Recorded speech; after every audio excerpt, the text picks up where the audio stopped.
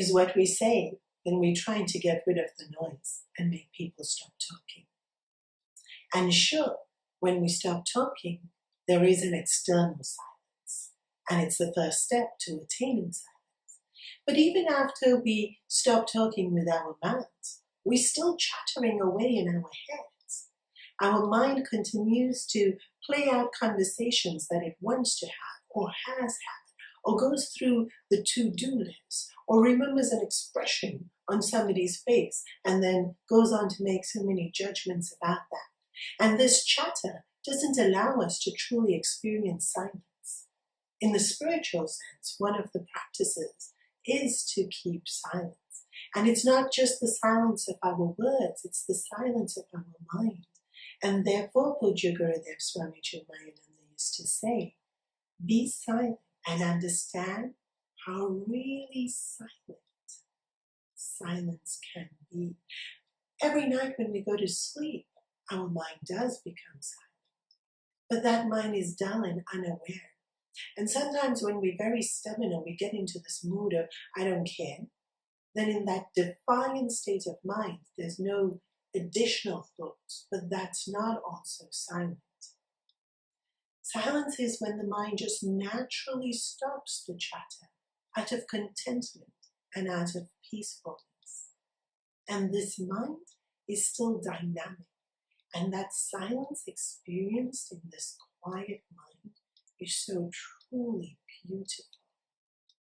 So practice today a little bit and find out for yourself.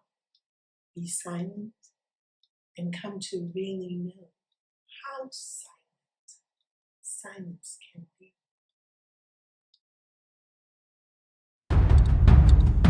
I want him found, Gupta, in Johnson's interrogation room.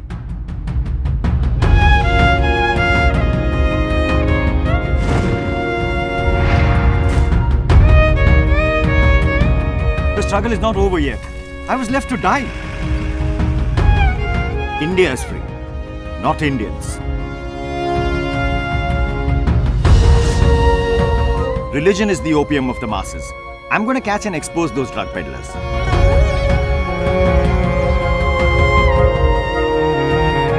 Why is there so much of evil and injustice? Or disease, hatred? If this is the best God can do, then I'm not impressed.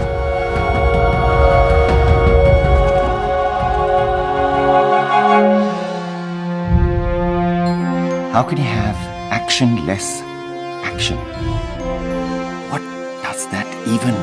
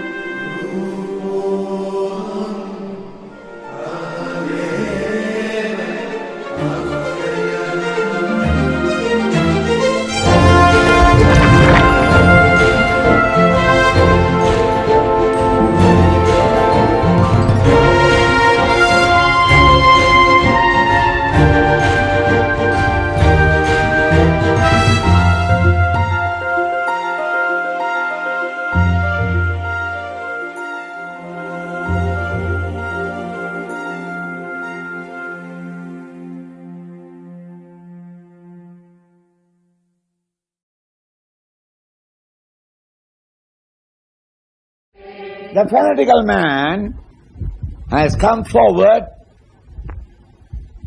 his mind full of his arguments, and he is ready to argue with you. He has anticipated what your answers would be, and he has also discovered in himself what would be answer against it or for it. The best thing is, Asamshayam Mahabaho. O mighty armed soldier, Arjuna, there is no doubt about it. Asamshayam. There is no doubt about it. What?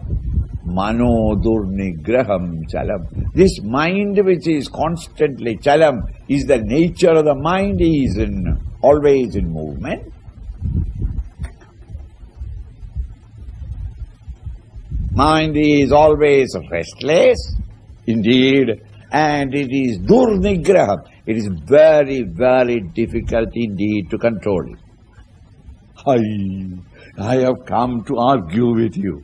And you suddenly says, you are right. Now I am stunned. I have come here with a Sten gun and silencer and a knife to fight with you. All equipments of destruction. And you say that, my friend, I am not your enemy. You get stunned because none of the equipment can be used now. Krishna thus stuns Arjuna by confessing and accepting in toto his conclusion that the mind is restless and it is very difficult indeed to control. So the fanatical man becomes stunned. Because this he never expected. When does he is stunned?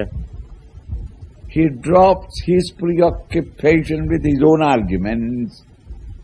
There is accommodation in him to understand something. Then you put in a creative thought into him. Abhyasena to Kaunteya, hey Kundika, son of Kundi, through abhyas practice, vairagyena ja, when you give up your desires, attachments, grishyade, mind can be brought under control. Right? First line is, you are right, mind cannot be controlled. But by diligent practice, and by giving up your clinging attachment to the pleasures of the world of OET, mind can be controlled. Arjuna is stunned. He cannot say anything now.